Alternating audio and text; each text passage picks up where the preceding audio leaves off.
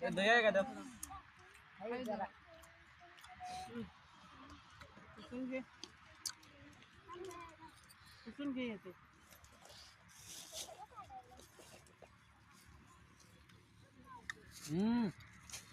काय करू नका पडशील. अंकल काय करलाय? ए इकडे बघा, इकडे बघा, इकडे काय गोळा करलाय?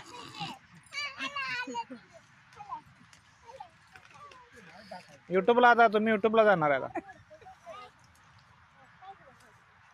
Direct YouTube.